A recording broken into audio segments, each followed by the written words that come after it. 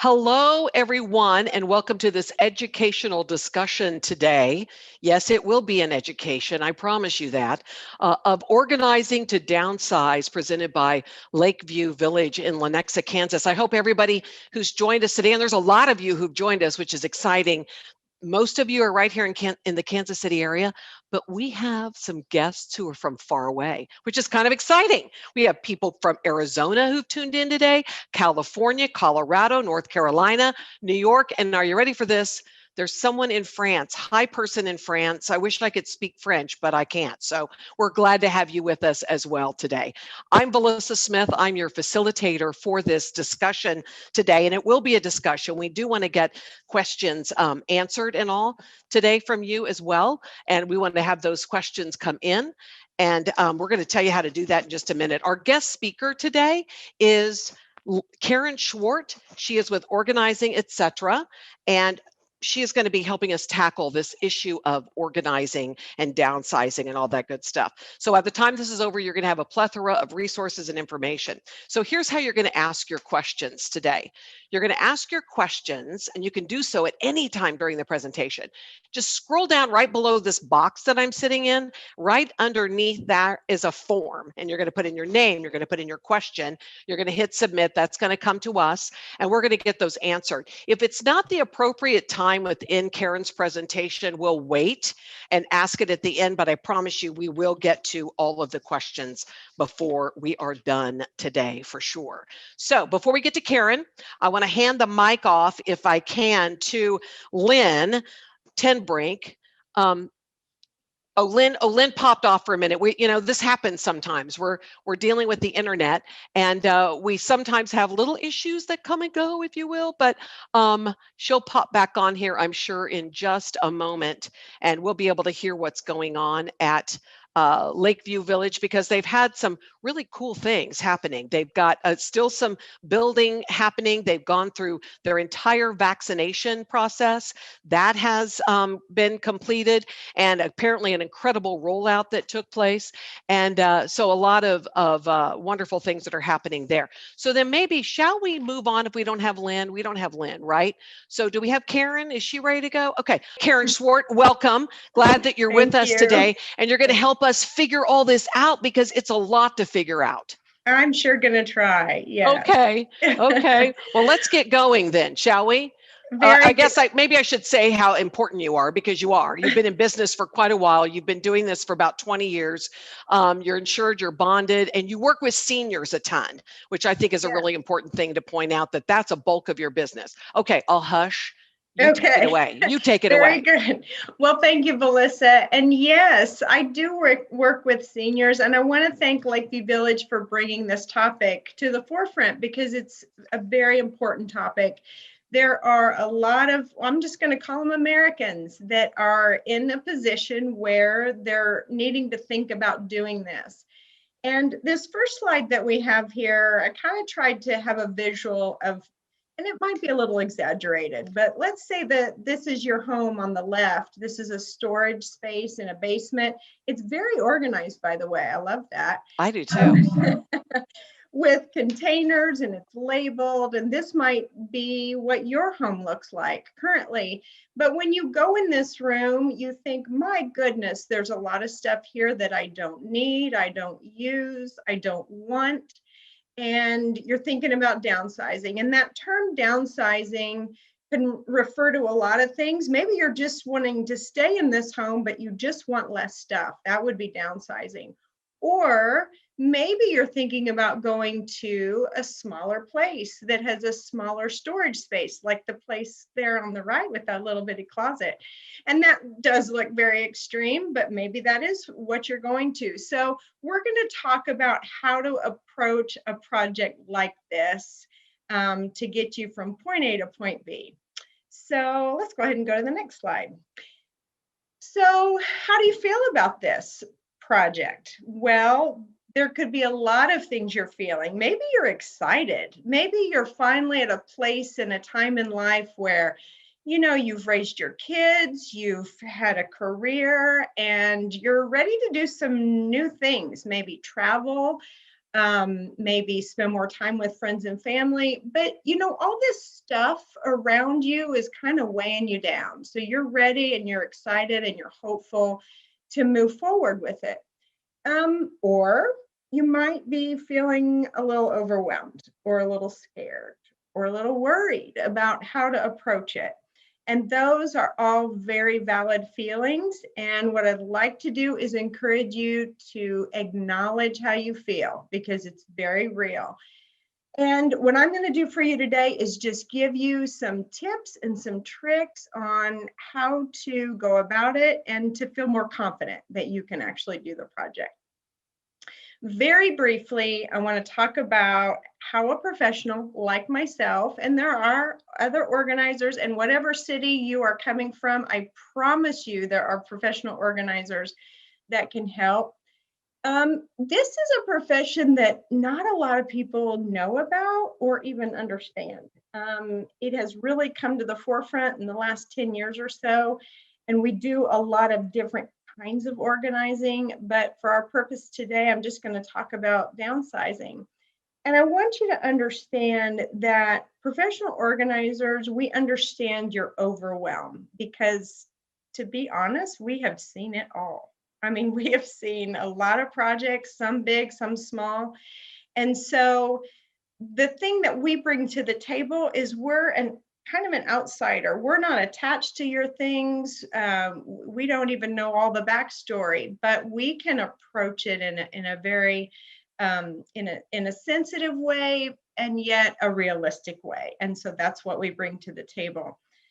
We also don't make you do anything. So I would like to point that out, because I have people ask me, well, how do you make people get rid of things? Well, I don't do that. What we do is guide you. We're going to ask you questions to help you think through it. We're going to provide resources. We're going to direct you. We may even physically take the items to donations for you, but we don't make you do anything. Those are all decisions for you to make. But what we do most of all is we encourage you. We're going to be big cheerleaders for you. So there's my little spiel on how professional organizers can help. All right, why is letting go so hard? Why is it hard to let go of our stuff? Well, here's a list of the main reasons, the main things that I hear over and over again when I work with clients. They say, there are memories attached to my things. And that is true. There will be memories attached to things. They're going to remind you of a time or an event. But I want to encourage you to think about the fact that if the thing goes away, the memory will not. So you will always have the memories, even if you don't have that one thing that toggles the memory. And oftentimes I encourage people, rather than keep the item that is attached to the memory, maybe take a picture of it. And if you do that, it'll be easier for you to access that memory, maybe in a photo album instead. A lot of times we're afraid that we might need that item again. So on that note, I would say that if the word might is really a loaded word, I can tell you, I can think of about 5 times in my life when I thought, oh, I wished I wouldn't have donated that. It doesn't come up very often. If you haven't used an item within about a year, it's unlikely that you'll need it again. But the bigger challenge here is I ask people to think about, if you get rid of or donate an item, how difficult would it be to replace it? So if you do need it again, if it's easy to go get another one, I'd say it's probably pretty donatable. I feel guilty because it was a gift. Oh, I hear that one a lot. I hear that one a lot. So again, I would challenge you to think about, if you don't use it, if you don't like it, if it's in a cupboard or a closet and it hasn't been seen the light of day in a long time, then it's not really useful to you. And even the person that gave it to you would probably like to see someone use it. So if you can gift it or donate it and someone can get use for it or out of it, then maybe you shouldn't feel so guilty about it, that it's actually going to a good home that way. I spent a lot of money on this said item, whatever we're talking about. That's a common one as well. And I'm going to share a story, and it's personal. It's about myself. When I got my first job out of college, I was in sales and marketing. And with my first real paycheck, I went to Oak Park Mall. Everybody in Kansas City knows where that is. And I bought a dress for work, and it was a coat dress. I don't know if this was the 90s, guys. So I don't know if you remember what a coat dress was, but it looked like a little fitted, like a trench coat, sort of, with shoulder pads. And it was red, and I loved it. And I spent, at the time, I think maybe $100 on it, which, whoa, was a lot of money. And I wore it to death. I wore it and wore it. I loved this dress so much. Over time, of course, the styles changed, and the said coat dress was no longer in style. But boy, I spent a lot of money on that. And that dress hung in my closet for years. And move after move, the coat dress kept following me. And I never put it on my body again. And so that is an example. When I bought the dress, I never really imagined that I would need to recoup any money from it. It was a sunk cost. It was something I decided on, I wanted it, and that was it. So if you've gotten use out of the item and maybe you spent a lot of money, it's okay, because you did get use out of it, and it's okay to go ahead and let it go. This very last point here is where I'm going to spend most of my time today, and that is, where do I begin? A lot of folks just don't know, and that's how I'm going to help you out today.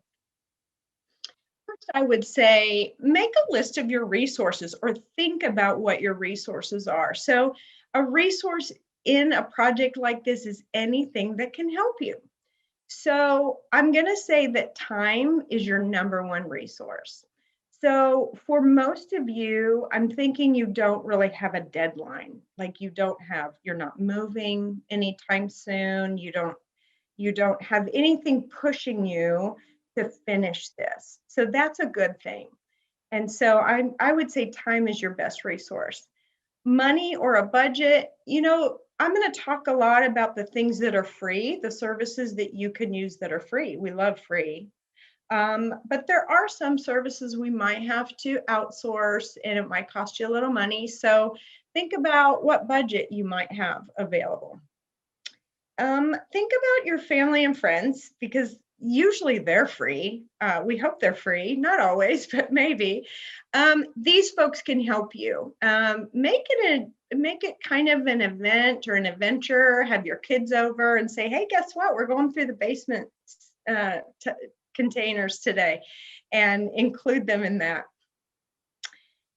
Your city, your county services, I will say, just speaking from experience here in the Kansas City area, most of the cities, the suburbs, have wonderful services. And at the end of the presentation, if you're interested in a more detailed list of those in the surrounding area, you can request those from Lakeview Village, because we have put that together for you. But a lot of your cities have recycling services, electronic recycling services, things like that are going to make this project work out a lot better for you.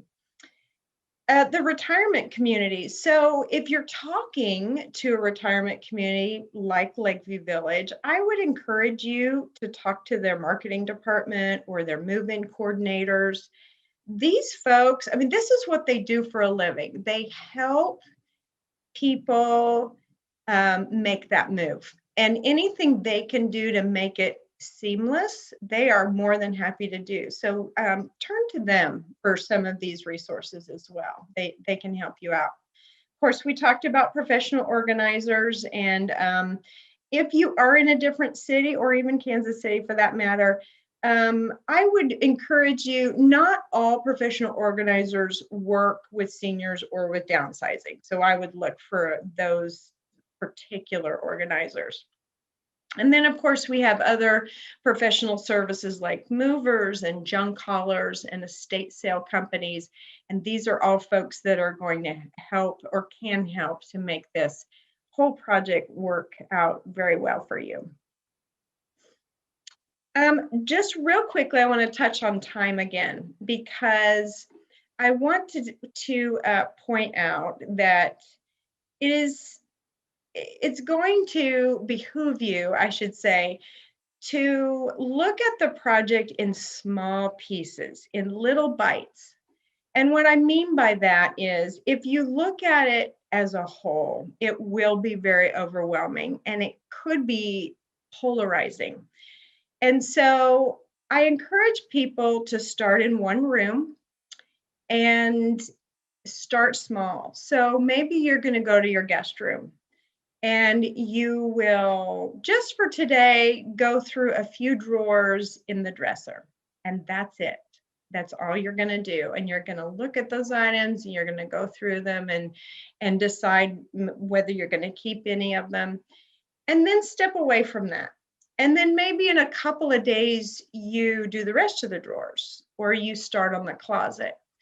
And if you pace yourself in this manner, before you know it, you'll be on to the second and third room and maybe even the garage. So start small, one area at a time. All right, so let's talk about categorizing and prioritizing. So I am going to say something really bold here, but I really do believe it. Everything we own fits into one of these categories. And I've listed them here in a way that I believe is the priority. So first of all, the items that we're going to keep. Obviously, this is a priority. These are the things we use, that we need, that we love, and that are important to us and that we're going to need in the future. So we identify what we're going to keep. We'll talk a little bit more about each of these in detail. But second is gifting. And the reason that I put this second is because if you want to gift an item to a loved one or a friend or your church, it must be important to you, and it might be important to them. And so I really stress that you want to get those items to those people so that they don't get mixed up with the donations or they don't end up somewhere that they shouldn't. So gifting is number 2. Thirdly is selling. So there are items in your home that might be sellable and they might be worth a little money. So if you want to take the time to sell items, then I put this third because selling kind of takes some time. So again, with utilizing our time wisely, we want to make sure we allow enough time to sell items. And yes, I will talk about that a little bit more as well. Fourth is donating. And so what goes in the donation? Well, that's going to be things obviously that we're not keeping or gifting, and we're not selling them, but they still have value to someone. So in other words, it might not have value to you. You can't use this item anymore. You don't use it anymore. You don't want it anymore, but it's still useful and it could be useful to someone. So those are good items for donating. And then of course, everything else is trash or recycling. All right, so going through those in a little more detail. So the items that you keep, this is where professional organizers, this is where we really go to work, because we are going to ask you some questions to help you decide whether you're going to keep things. So first of all, when you're talking about an item like this tennis racket here, my question would be, do you use it regularly? Okay. Or have you used it in the last year? Do you think you're going to use it? If the answer is yes, then I would say you're keeping it. Storage is a big thing. If you're not planning to move per se, but maybe down the road you think you will. When I talk about storage, this is another bold statement. I would like for you to think about the storage you have now and imagine that you will have half of that. And if you keep that in mind, then you might scrutinize your items a little more strongly as to whether you're going to keep it or not. So think about, will I have a place to store this in the future? Strong sentimental value. We are going to talk about that in a little more detail as well. But if it is really important to you, I would say you better keep it. And then this last one, does it fit my lifestyle? I'm going to give an example of maybe this is how you can think about, does it fit my lifestyle currently? So let's say you used to be a corporate executive and you wore a suit every day, and you have a lot of suits and they're hanging in your closet and they're beautiful and you spent a lot of money on them. That was important and useful to you at one point in time. But now you don't wear suits every day. You wear a tennis attire because you're playing tennis or you're playing golf or you're retired now, so you don't have any purpose for suits. I would say the suits don't fit your lifestyle anymore. They are taking up space. I would encourage you to pick 2 or 3 because you will need a suit probably for a wedding or 2 in the future, but maybe donate the rest. So that's an example of thinking through, does this item fit my lifestyle? All right, talking about sentimental items. I'm going to just talk about this briefly. This is my experience with sentimental items that I have seen with my clients. First of all, we tend to have a lot of photos, and photos, if you keep anything, you want to keep your photos, correct? I mean, I do. I feel the same way about photos. Consider getting them digitalized. And I know that's a big word, but if for a couple of reasons, safety is one of the reasons. You know, when we have a lot of photos, there's always risk that they could get damaged with water or a variety of things. So getting them digitalized keeps them safe. And if you have them stored in that manner rather than the physical photos, then that frees up space as well. For other sentimental items, I would encourage you to just keep a few things, maybe just one container of things that are just really important to you. If you have items that are too big, that are bigger than you, but are still really important to you, maybe consider having someone keep it for you. Maybe your children or some other family members that can keep it safe for you, and then they would have it ongoing. Sometimes we have things that are historic. They're important to us and they're historic. I would consider giving them to a museum or selling in an antique shop. A good example of this, my sister is getting ready to downsize, and yes, I'm going to help her because I'm a good sister, right? But she has my father's World War II Army uniform, and she has it in a big, beautiful shadow box that we had made for it. And she's not able to keep it. And but we're from a small town, and that has a little bitty museum, and I'm going to encourage her to put it in that because a lot of the locals would even know who he was. So that will be a really great way to honor him and to put good use to it. And the other thing about sentimental items is consider taking pictures of the item, and then you have a picture of it again, and it will, you know, toggle the memory of those items, but then you don't have the item taking up space. All right, next slide. Okay, talking about gifting. So when I talk about gifting, it has to do with things that you would like your loved ones or your friends or family to have for whatever reason. Maybe it was your father's, like I was just talking about, or maybe it again is a sentimental item. If you are going to give an item to anyone, I really encourage you to ask them, just like in the clip earlier, ask the receiver if they want the item. I know that's kind of a hard thing to do, but I also encourage you to listen to their answer. If they tell you, oh, I really don't have room for it, or I really don't know if I could use it, or you know what, I really don't want it, then don't be offended. Try not to be offended. And then try to find a different home for it.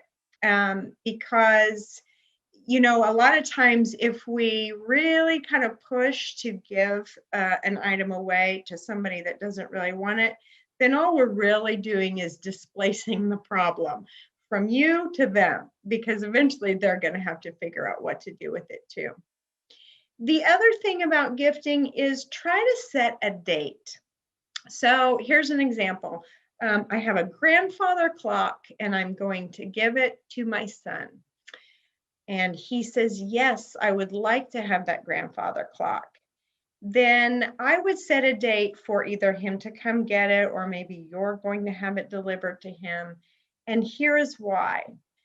If we don't actually make that transition happen, a lot of times it never happens, and then we still have the same problem. So it's important to set a date to get it out the door. Secondly, with smaller things, if you don't get it to where it's going, it could potentially end up in the wrong place. And because it's important and you want to gift it, we want to get it in the right hands. All right. All right, selling items. So here's the thing about selling. There are a lot of really great platforms to sell items.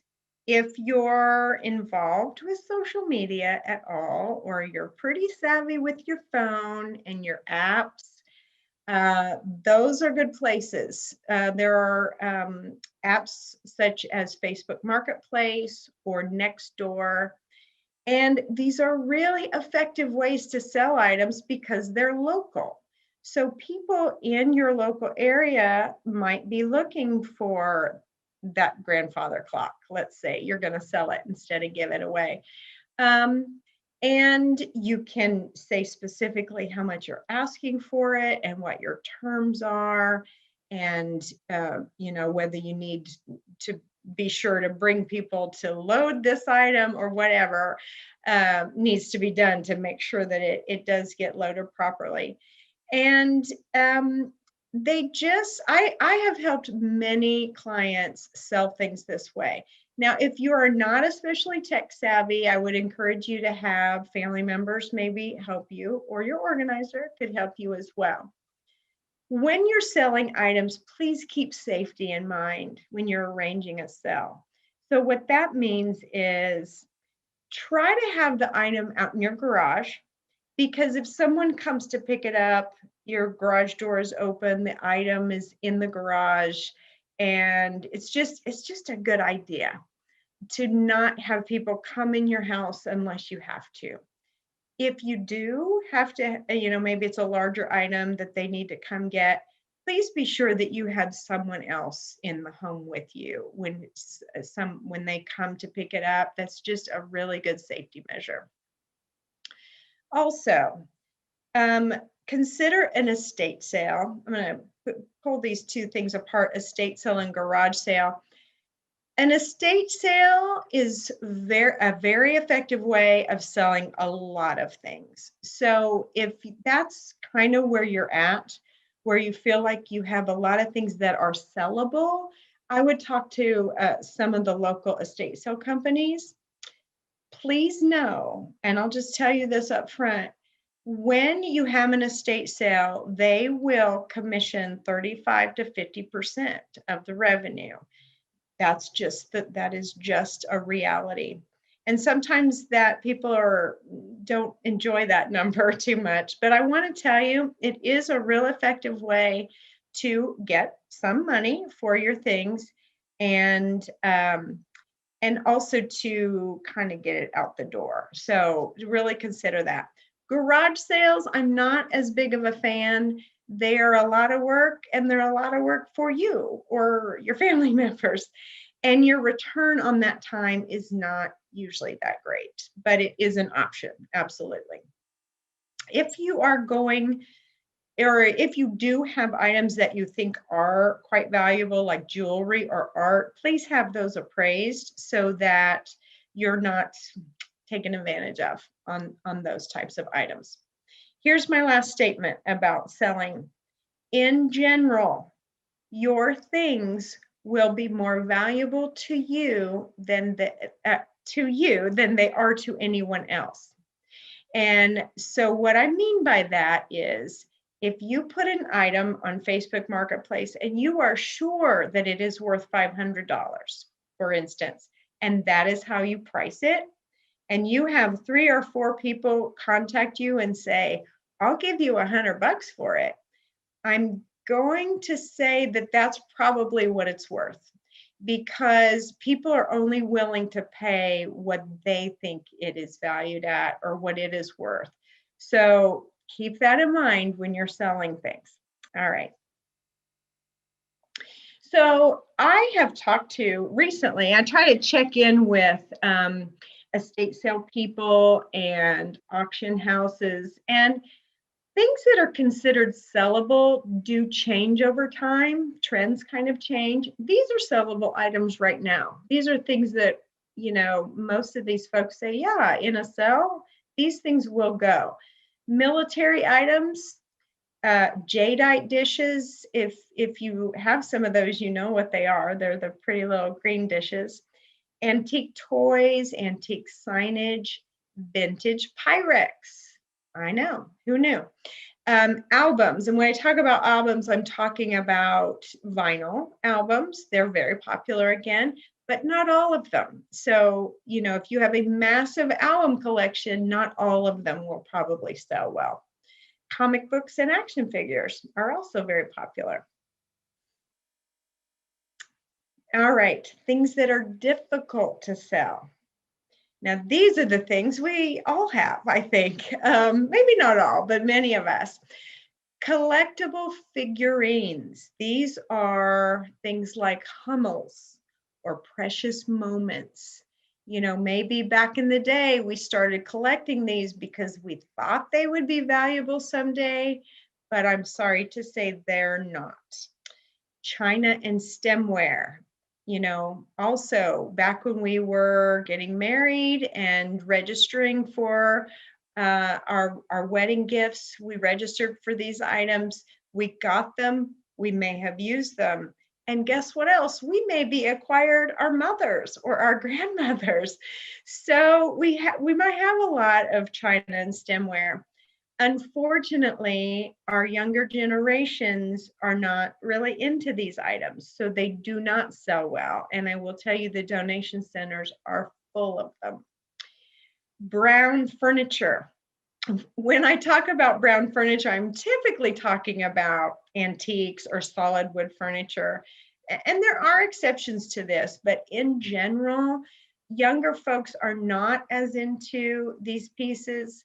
I don't know if they don't see as much value in them, but the main reason is they are very mobile people. They move from one apartment to the next or one city to the next, and big, heavy brown furniture is not something they're interested in. All right, couple things. Beanie Babies, yep, we all thought they were going to be worth a lot of money. They are not. And upright pianos are difficult to get rid of. So that's my difficult to sell list, and there are others, but that's a pretty good one. Hey, Karen, I'm going to pop in here for just a minute if I can. Sure. We're getting some questions in here, some really good ones, and they're not Okay. exactly perfect for this moment, but I think it might give you a break for just a Okay. second if you want to take a drink or whatever. So, Okay. one of the questions, this comes from Sandra. It's a really good question, and that is, are professional organizers and professional stagers the same thing? Oh, that's a great question. So there are organizers that do staging. So that is a separate service that some organizers do provide. My company does do some staging, yes, to a certain degree. Um, but I would say if you're getting ready to sell your home and really you're just looking for a stager, I would look for someone that is their profession. Got it. Okay, here's another good question. I can't tell who it's from because I don't believe they put their name here, but I think it's a really good one and it's kind of loaded. So, you ready? Okay. How do you get rid of old electronics, Mhm, lawnmowers, snow blowers, and stuff like that? mhm. And because they don't want to put them in the trash. So then what Yes. do?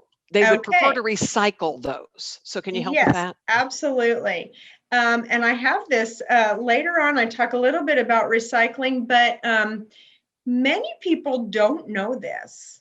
But you can take your old electronics to Goodwill or Staples.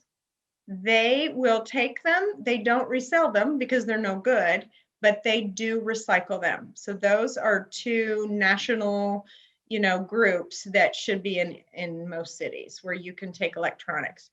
Lawn mowers and snow blowers, any kind of equipment like that, you you probably and I would call on this. It probably depends on your local stores, but Habitat for Humanity takes anything kind of home related like that, because they're the restore, the Habitat restores sell those things. So that would be a good resource for those. Terrific. I'm going to save these other ones for the end of the presentation, so we'll Okay, let you get back to it. very good. We'll go to the next slide here. All right. All right. So, how to let it go? We're going to talk about donations. So, earlier I talked a little bit about this, but when I talked about whether you're going to keep an item, but the same questions kind of come about when you're thinking about donating. I ask people, do you use this currently, or have you used it in the last year? And the reason I kind of give it like a 1 year deadline of use is we have a lot of things, and in particular, like in the kitchen, that are items. We're gadget people. We like our gadgets, and a lot of times gadgets are for a single use.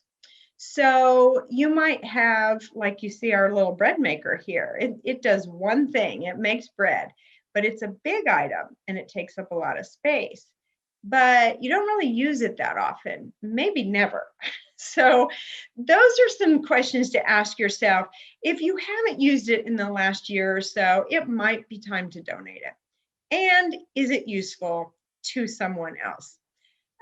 Will I have room for this in my new home? And that's, maybe you don't know where your new home might be, or if you're even going to have one. But again, think about the 50% storage that I was talking about earlier. Having 50% of what you have now, will you have room for it? If it's sentimental, can someone else keep it for me? We did talk about that, or maybe I can gift it to them. But with donations, this last point is the one I really try to bring home. And that is, if you don't use it or don't care to use it, can someone else find use or joy from it? And if the answer is yes, then it is very donatable.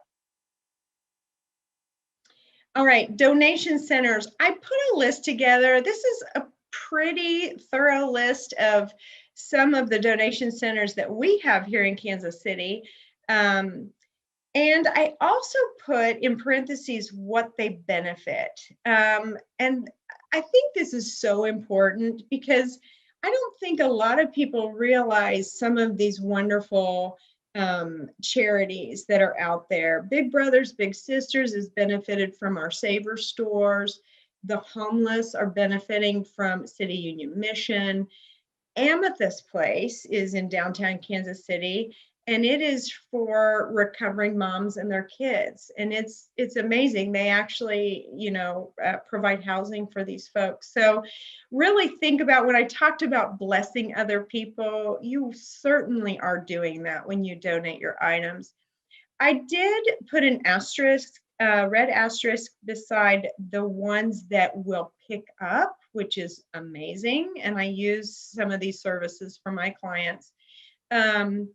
Some of them have put their service on hold through COVID, but I'm really expecting them to be gearing up again. So again, this list is going to be available upon request if you are needing that. Yes, in fact, Kim, that was one of her questions. Will I get a handout of the summary of all the points, not just this list, but all the points? And yes, Lakeview Village is going to make this list and Karen's information in the presentation available to those who attended today, and they'll be reaching out to you in the next day or so with that information. So for those of you who wanted to know that. All right. So rules of donation. I put this on here because you can't just donate anything. We try. I think I have tried, believe me. But first of all, I would say if you're going to a particular donation center, go to their website because they all have a really good list of what they do accept. So I would check that out first. Here's just a couple that I can share with you in general. If you do schedule a pickup, your items must be on the ground level in the garage or the driveway. And especially with COVID, they will not come inside your home. So you have to have those things staged for them. Anything, Alyssa mentioned a lawnmower. This is a good example. If you're donating a lawnmower, it can't have gasoline in it because especially if they come pick it up, that's a safety hazard. So you'll have to drain that. Chemicals or tires, they don't take anything like that. That will have to be recycled with hazardous waste. Mattresses, almost nobody takes them.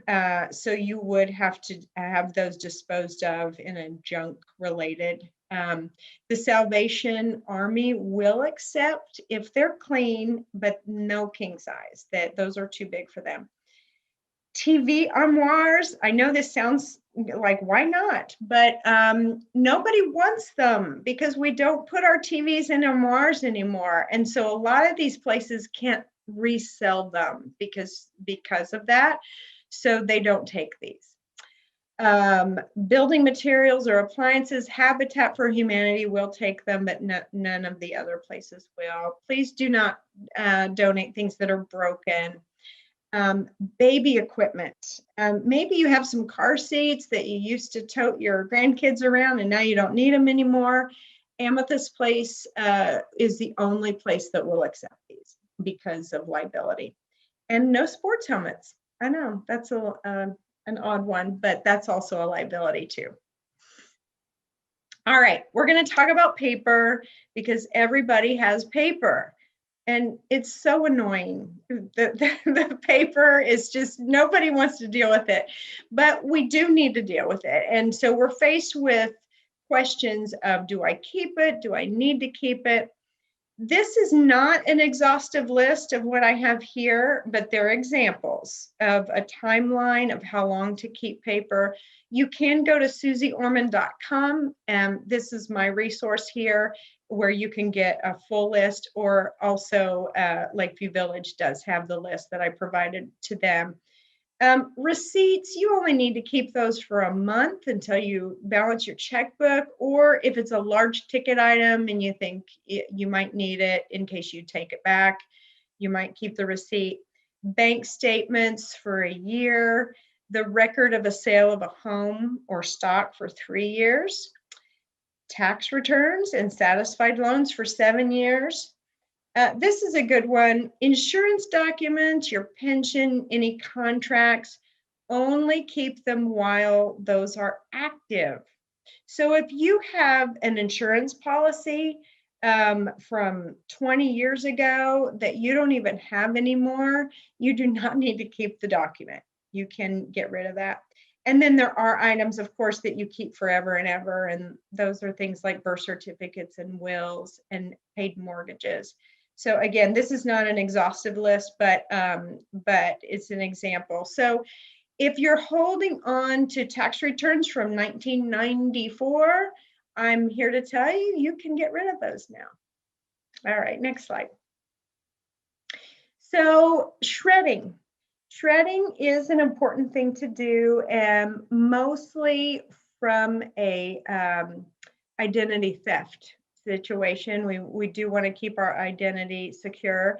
If you have any paper with a signature, an account number, a social security number, medical or legal information, these are items that should be shredded.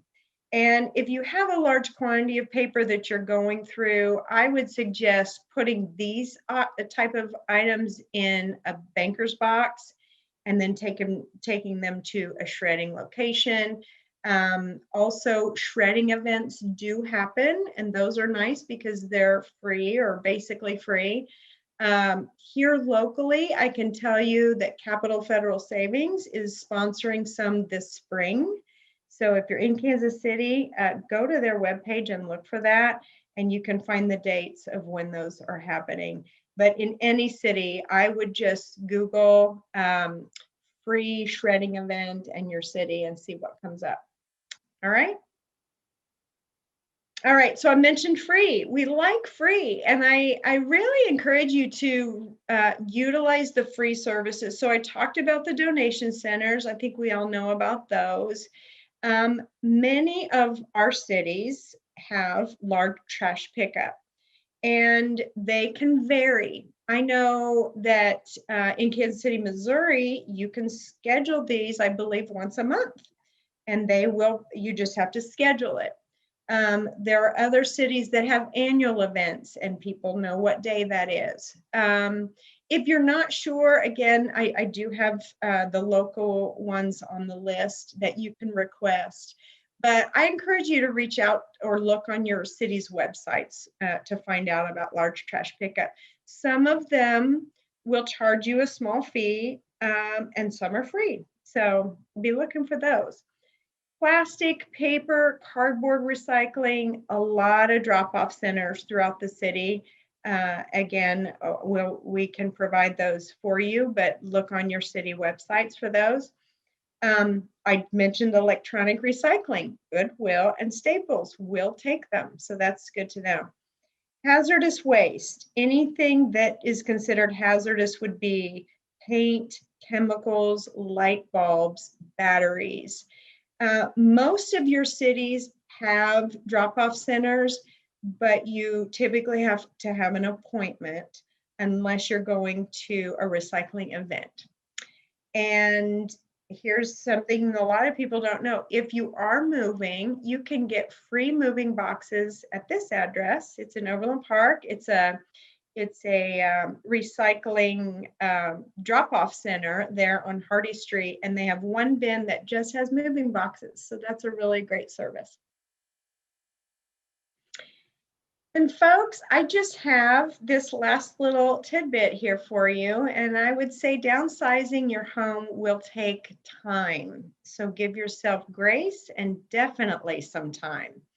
Know that there are people and services to help you. Seek them out and ask questions. Try to approach this project as an adventure, because that's what it is. It is a new and exciting chapter in your life, and I do wish you all the best. Oh, Karen, that is such a great bunch of information. And in fact, we've got your contact information right there on the screen. I have a few more questions that I want to ask. When you talk about time, can you give us a ballpark as to approximately, so let's say I'm going to move into Lakeview Village. I know that my beautiful new villa is going to be done in December. how much time should I allot to do this process? Because I can kind of see my head would be like, if it goes on too long, I'm going to go nuts. And if you're going to rush me, that's hard too. Magic Right, number? right. I'm gonna say at least 6 months. Okay. And the reason I say that is that would be ample time to not feel rushed, that all of these things that I just talked about, because if you think about it, if you have some things going to donations, some things need to be recycled properly, some things need to be trashed properly. It takes time. So if you allow yourself at least 6 months, that will be less stressful. If you've got a year, that's even better. Gotcha. Yeah. So a year isn't too much. That's kind of good to know I don't too. think so. And it also depends on the size of your home and the amount of stuff you have. It sort of depends. If you have a lot, a year is a great amount of time. And that way Okay. you can pace yourself. Sure. No, that makes total sense. Um, I want to also talk a little bit about the role that you all play because I have had the benefit of working with organizing, et cetera, firsthand. I didn't completely downsize, but I have definitely started weeding out my house. Yeah. And you guys have been amazing over many years I've been doing this. And there is something to be said about having this outsider because if you weren't there, Karen, in my basement with me, I start going down a bunny trail. I open up the Absolutely. box and then I go, oh gosh, remember that, remember that. And so I think that at first, I remember going, wait a minute, I kind of want to have some fun with this. And you're still looking at it, right? So maybe kind of Mhm. explain a little bit about what that is like when you come in for the very first time. Right. No, that's a really good question. And your point is a good one. As an outsider, and I do enjoy the stories, by the way. I mean, I, Oh, I will work with clients and they'll tell me about their things, but my role is to kind of keep you on task. yeah. So if we had an appointment, for instance, and you said, you know what, we really just need to go through my guest closet today because there's boxes and bins in there and I don't know what's in there, then I'm going to be the one to keep you on task so that by the end of our session, we will have gotten through that closet. And so, it's a fine line. Of course, I know that you want to look at the items and that kind of thing. But I think your point is a good one in that if you try to do that yourself, you would probably just be sitting on the floor and just looking at stuff. And so that's why an organizer is there to ask you the questions and then maybe redirect a little bit once in a while. So Well, and I think you said a good thing there about going to the closet and doing so you come in first, right? And you talk to mhm. the client and you go, okay, what is it that you're trying to accomplish? And then you break it into chunks for us. Absolutely. Yes. So if I will tell you, I just recently went on a consultation for this very type of client, and they have a very large home with a lot of stuff. And she gave me a tour and she told me her goals. And so I started at the top and I kind of gave her a timeline of what I thought, how I thought it should go. And so, like in her particular case, she has so many sellable items that I did refer her right away to an estate sale Okay. company. And so we're going to have her talk to them. But I'm going to come back in and we're going to work together and put together the things she's wanting to keep that are maybe long-term items that she doesn't need on a daily basis. So they're going to be ready and stashed away for a potential move. So a lot of times organizers are kind of like your overall project manager. So Mhm. we'll be able to look at the big picture and then break it down on how these appointments should go over time. If that makes sense. Sure. One other area I think we ought to talk about briefly here before we wrap things up, and I know we want to get to Lynn too, is a little bit around those emotional conversations. Because while that video clip off the top was funny and all of that, that's kind of hard sometimes for us because these are things that we have an emotional attachment to. Mhm. Maybe we know we don't want to keep it forever, but do you help that with families to navigate those conversations? Yes, absolutely. And I will tell you, that's the other reason that time is a good resource, because I have had clients that when we're talking about some of these items that are that they're emotionally attached to, and they say, no, no, no, no, I don't want to get rid of them. I say, okay, then let's box it up and we're going to label it and it's still here.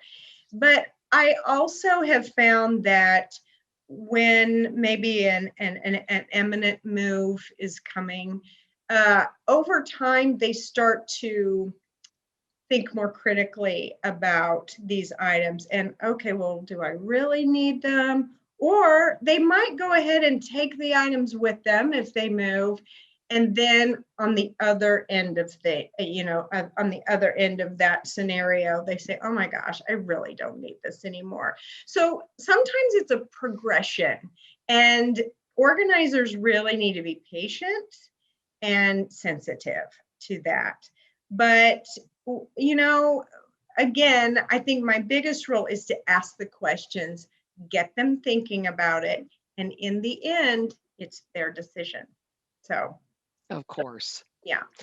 Well, again, Lakeview Village will be sending out some correspondence with you, especially for those of you who are interested in the resources that Karen shared today. And so you'll be wanting to look for that here in the next couple of days. We're going to see if we can get Lynn back in here now to kind of give us an update on what's been going on. Karen, by the way, hang tight because you never Okay. know. Another question might come in for sure here in Sure. just a minute. But we're going to bring Lynn in just to give us a bit of an update, Lynn, on what's going on at Lakeview Village right now. Thank you, Karen. That was awesome. And thank you, Valissa. Exactly, Valissa. I just want to give you a quick update. I know a lot of you are already familiar with Lakeview Village, but letting you know that, we are open for personal tours. And of course, it's a beautiful place and we have beautiful homes and villas, but the main reason people are at Lakeview and move to Lakeview is really our lifestyle, the great lifestyle that we have. And what we talk to residents about, or future residents about, is how they're going to blend their lifestyle at Lakeview with their current lifestyle. So it's not always about, you're going to be changing where you live, but a lot of other things don't change. So your current friends and your hobbies and your church and your gym and all of that, you'll bring with you to Lakeview, and you'll blend that with your new friends at Lakeview and new hobbies and new opportunities. And so really blending that lifestyle. You can go to the next slide. A lot of people don't know we do have a 100-acre campus. So Lakeview is a really big place. We have villas, duplexes, fourplexes, and apartments. There's a picture of a lovely Lakeview. We have 3 restaurants. We have a state-of-the-art fitness center, an indoor pool. Something that's pretty unique about Lakeview is our Lakeview University. We have 2 semester courses at Lakeview, and residents have the opportunity to either teach courses or attend courses. We have financing, gardening, TED Talk, public speaking, creative writing. One of the courses this spring is the importance of just clean water, just not just around the country, but around the world, and what that means to folks. So, the environment and the economy, and there's just all kinds of courses that are really wonderful. We are locally, we're a nonprofit and we're locally operated. We have a local board of directors. So we're not owned by, a large corporation or somebody outside of Kansas City. Our board of directors are people that live in Kansas City and are making decisions for what's best, for people that live here locally. We're very financially sound. So you can feel confident in your entry fee investment. that Lakeview is going to be here in the future to keep providing services for you. If you would ever need other levels of care, we do have that. We have a state-of-the-art inpatient and outpatient rehabilitation. We have assisted living, long-term care. So if you ever do need those services, they're right here on our campus. You don't have to wonder where you're going to be referred or where you're going to go. If you're a couple and somebody has to be in rehab, you're right here close by. You could still see them every day. But that eliminates a lot of decisions later down the road. We have a 5-star and deficiency-free health services. So our level of expectation in our healthcare is as high as our level and all of our levels of care and all of our services that we offer. And if you do speak to a counselor at Lakeview to find out about, what a life plan means and what your entry fee means and how that's different than any other community in Johnson County. No other community in Johnson County has a true life care plan. And that may not be for you. A life care plan may not be for you, but I encourage you to find out what it means and decide if it is right for you. And since we're the only ones that have to offer it, I think it really behooves you to check out all of your options. Sorry, I kind of stepped back. We are in the process of building some new villas. Here's a picture of a current villa, and we're in the process of building new villas. We do only have one site left for a new villa. All of our other villa sites are sold. So if you are interested in villa living, I encourage you to look into that very, very soon. And since these are brand new construction, you will really be able to, customize that villa to a lot of your likings. Of course, pick all of your finishes. But doing new construction, you can kind of tweak even some of the floor plan options. And that's really, you can really kind of build the home of your dreams. They're well appointed, just as all of our homes are. Stainless steel appliances, quartz countertops. We have 1 and 2. Well, actually, the one available, we do have villas with 1 and 2 car garages. Of course, all of your outdoor maintenance is included. So we have, all of the landscaping and you don't have to do your yard work. Of course, we have a lot of people that still like to garden and have their flowers, and they certainly don't have to give that up.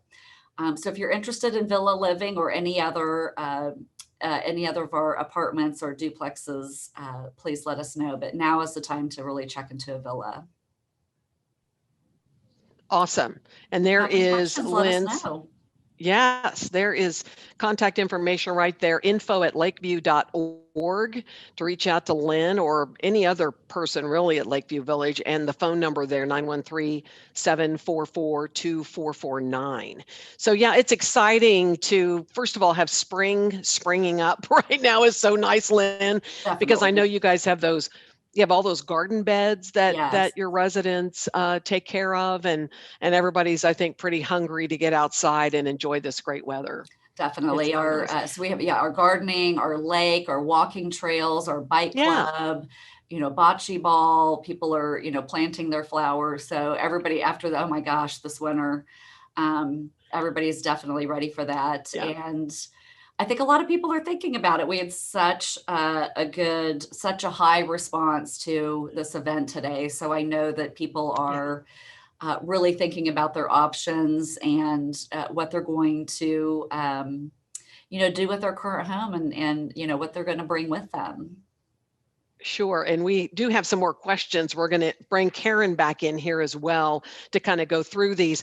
And while we're bringing Karen back in, Lynn, weren't you going to offer something today? Oh my gosh, I can't believe I didn't say that. So everybody who attended today, we are going to put you in a drawing for a 1-hour free consultation with Karen. So if you're on the fence, if you if you get chosen for that, it definitely can't hurt. But we do want to offer a 1-hour free consultation in a drawing today. So the winner will hear from us probably tomorrow. Fantastic. Cheryl Haynes, who is attending, her question fits right in with that. So she wants to know, how much does it cost for general organizer service? Karen, can you give us sort of a ballpark as to what folks can expect? Yes, I can. That's a great question. I am part of this very large group of professional organizers throughout the country. And oh boy, there is a range. But I can tell you in the Midwest, you would typically pay around $50 an hour. Most organizers do an hourly rate. Some of them might bid a job in terms of the amount of time they think it will take. But because projects, sometimes when you get into them, they take longer or less time than they thought, typically they'll do an hourly rate. I will tell you that my base rate, I'll just be transparent on that, is $60 an hour. But for seniors, I discount it to 45. On either of the coasts, if anybody's listening, you might pay up to 150 an hour, but that's just the way coastal life is. So there is a range throughout the country, but we're right there kind of in the middle and maybe the lower end here in the Midwest. Excellent. Thank you for sharing. We've got all kinds of questions here all of a sudden that we want to get to for sure. So Lan has asked, will we get a copy of this presentation? And Lynn? You will get a copy of the resource list. So it won't be just a copy of the slides, but we have a very extensive resource list put together about where to donate, where you can sell, websites you can sell on, donation centers, recycling centers. So we have a really great resource list that Karen primarily put together, and we've been working on that for a couple of weeks, and it's going to be very helpful. Terrific. And you'll be getting that to folks then in the next couple of days. And then I love this because Lan also said, do you help with sales of antiques and artwork, or can you provide referrals? And then Kim over here is offering up some ideas. So this is very fun. I'm getting, they're talking to each other this way. So we'll start with you though, Karen, Okay. in regards to sales of antiques and art, and then I can share what Kim has to say. Yes. If people have antiques and art, I would really end up referring those folks out to a couple of places here, like here in Kansas City. There are auction houses, there are more antique dealers. I have done, there are situations where I would like send pictures and descriptions to people like that and kind of get their opinion on the sale of an item or how to go about it. So that, those are not my expertises. So I would resource those out to some of the professionals here in town. The auction houses here are really good about, and they know their stuff. So that's a long way of saying I would probably connect you with someone else. Gotcha. And then Kim was kind enough to say that Scrapes KC, that's Scraps KC? Probably, it's probably Scraps. Yeah, Scraps KC will take art and crafts items, the Creative Reuse Center, thrift stores for artists, teachers, and things like that. So that's very helpful, Kim. Thank you. Yeah. And then Edie is asking about, and this is a good one because, the silver. We have so much silver serving dishes and silverware that's been handed down. That's such a timely question because I just talked to a silver dealer this week. Perfect. Because I have a client that has a whole set of flatware and he has no use for it and does not want it, and people don't like taking care of it either. And this is what I learned. First of all, you have to know that it is real silver, and there's a couple of ways you can tell. It will be marked, and I think like if you have flatware, it'll I think it says SER, like it's short for, or STER, short for sterling. So there's a marking on it, so you know that it is real silver, or it has a number on it. I believe it's 925. I know it's kind of random, but but that's how you know that it is sterling silver.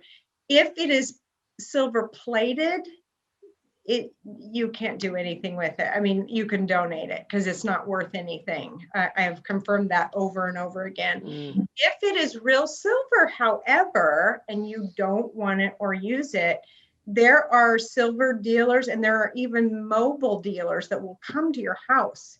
And I can tell you that it is priced now at $19 an ounce. And most of the dealers will pay like 80% of that. Okay. So they will come out, they'll weigh it, they'll say, oh, there's X amount of weight here, it's worth X, I'll give you 80% of that. And it can add up to quite a bit of money. That's because that's what silver's worth right now. So yeah, so we're talking to those people on that. It's worth polishing those dishes up, right? Keep them looking Polish pretty. it. Yeah, polish it. Frank has a phenomenal question. Frank, I love this because you're right. There needs to be an order, I think, for some of us in our minds, which comes first. Is it best to organize, downsize, then estate sale, then put the house on the market after cleared? Is there a magic order there in which we do these things, Karen? You know, sometimes we are forced into a certain order. For instance, I put my house on the market and or I bought a house and I have to move. You know, those kind of things kind of force our hand. I would say this. I would say, you know, you can consult with an organizer who can give you some advice, just like I did with this woman about a week ago. If 9 times out of 10, if an estate sale company comes out, they will tell you you don't have enough stuff for a sale. And that's a good thing to know right off the bat.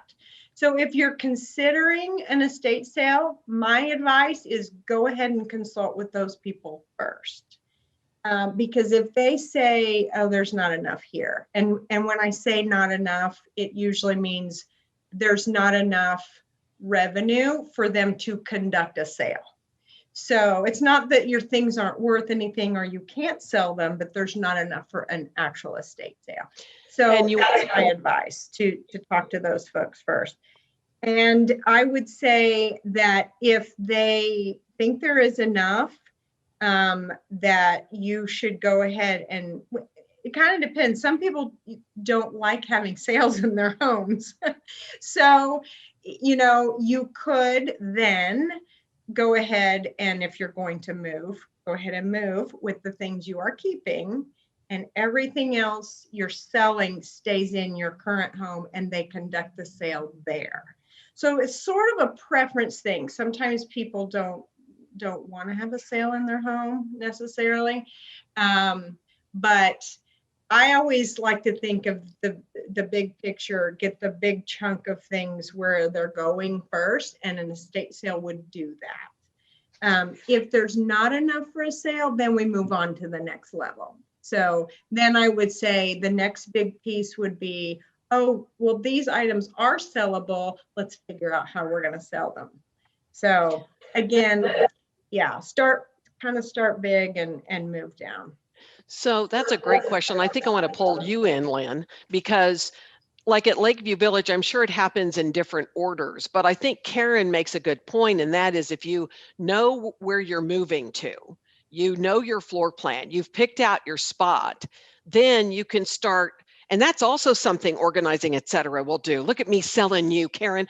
It's that you'll go into that space at Lakeview and you will help us, because we did this for my dad, you will help us figure out what will fit where and make sense for him. And that's a key piece, I think, in trying to downsize, physically making that move. So anyway, I just wanted to point that out because I would imagine it's all different, isn't it, Lynn? Sometimes it is. And like Karen said, everybody's situation is different. Some people need to sell their home to make the move to Lakeview. Other people want to make the move, figure out what they're bringing, get into their new home at Lakeview, and then put their home on the market. So those situations can determine when you might be doing some of these things as well. I would say no matter what, and however long you have, getting your trash and recycling out of your house is a big first step. Like Karen said, shredding all that paper, getting all that paper out, things that are trash and recycling. Go ahead and get all of that out. Because even if you have an estate sale, it's nice to have that stuff out of the way. Mhm. So that's, that can be a really great first step. And moving it to the garage doesn't count. No. It needs to be gone. I know it is hard. It is hard to let go. Okay, Right. Mary, I believe Mary has our final question. I think if I've looked at all the questions correctly, and it's a good one, and it's a legitimate one because I think that this does come up in people's lives, and that is, Karen, do you all work with hoarders? And I know that there are different, variations of that, if you will, but people who have accumulated so many things that is not necessarily organized in a home. Mhm. And if so, do you have any suggestions how to best help someone who is in that shape? Yes, that is a very good question. And I do get that question a lot is have you ever worked with hoarders? And people have different definitions of that. Like you said, there are different degrees of that. Yes, I have been involved with hoarders before. I will say for me personally, I don't necessarily have the expertise for that. That is a very difficult situation if it is a true hoarding situation. And what I would say to that is, again, if you are shopping for a professional organizer, look to see if they list that as one of their services, because I know there is one in town in particular that does. She has that expertise. So that does take a special person for sure. And, but I'm always willing to go out and assess and do a consultation and see whether it's a good fit or not. Perfect. And then Mary also wanted to know if we still, look at that. My team over here, they have pulled this up. So for those who were wanting to know about the free moving boxes, because that is gold. That's gold right there. That's at 100, basically 119th and Hardy in Overland You can Park. drop off and pick up. So when you're done with Nice. your move, you can take your moving boxes there, and then it's great. Then the people who are moving can then go in and pick those up, because moving boxes are expensive. They are. And so it's a great service. So before we wrap up here, Lynn and Karen, is there anything else that the two of you want to bring up? We've gone a little over today, but it's a hot topic. It is. It's a hot topic. Okay, well, thank you both so much. And Karen, thank you for your plethora of information. It was absolutely terrific. Lynn will be in touch with all of you who have attended today, so you'll be able to get that information that you were wanting. And I don't know about you, but I really hope that this has helped you see that this is a doable thing, that even though it can feel overwhelming, when you break it down and you have a system and you find people like Karen in your life to help you figure all this out, they're there. That's the best news of all, that there are people that do this professionally and that can help you do this, because the sooner you downsize, the faster you can get to Lakeview Village, which is a phenomenal place, by the way. So if thank you you both. Where to both. Start, Karen will help you figure out where to start. Absolutely, she'll help you. Thank you all so much for attending today, and we hope everybody has a great day.